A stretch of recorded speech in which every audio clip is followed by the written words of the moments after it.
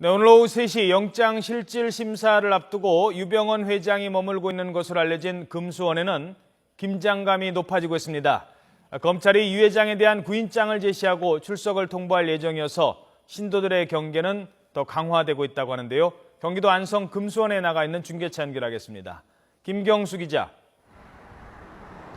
네, 경기도 안성 금수원입니다. 자, 유병언 씨에 대한 영장 실질 심사 앞두고 금수원 쪽 분위기가 더 급박하게 돌아가고 있다고요? 네, 금수원을 지키고 있는 신도들은 긴장의 끈을 놓지 않고 있습니다. 오늘 새벽부터 금수원 입구에는 신도 수백 명이 모여 혹시 모를 강제 진입에 대비하고 있는데요.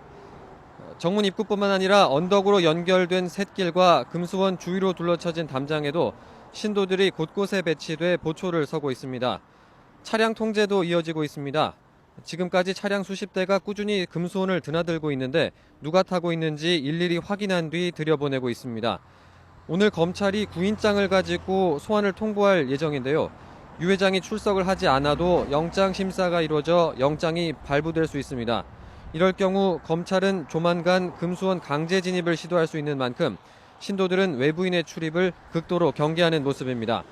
앞서 오전 9시 반쯤에는 인근 주민 한 명이 금수원 입구를 찾아와 구원파 신도들에게 욕설을 하고 몸싸움을 벌이는 소동이 있었고, 조금 전인 10시 반쯤에는 확성기를 든 남성이 구원파 신도들을 비난하고 돌아가기도 했습니다.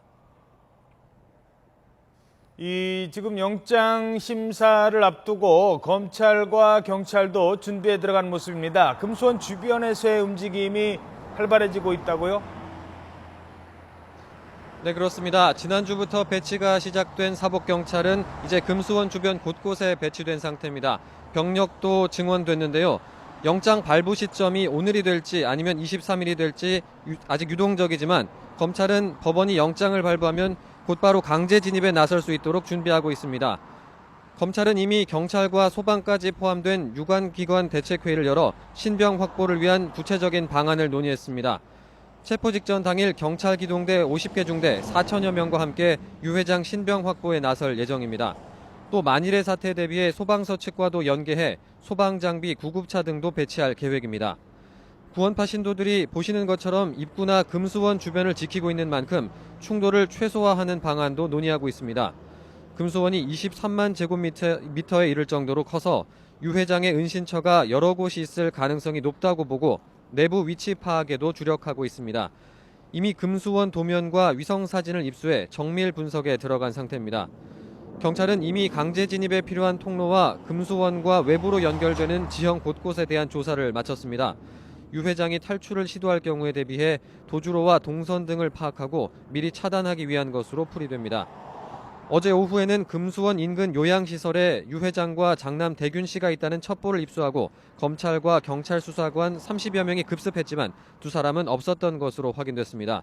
이 과정에서 건물 관리인 이모 씨를 임의동행 형식으로 연행했다 풀어주기도 했습니다. 검찰이 이번 주 유 회장의 신병 확보를 위해 금수원 강제 진입 가능성을 내비치면서 이 일대의 긴장감은 계속되고 있습니다. 지금까지 경기도 안성 금수원에서 YTN 김경수입니다.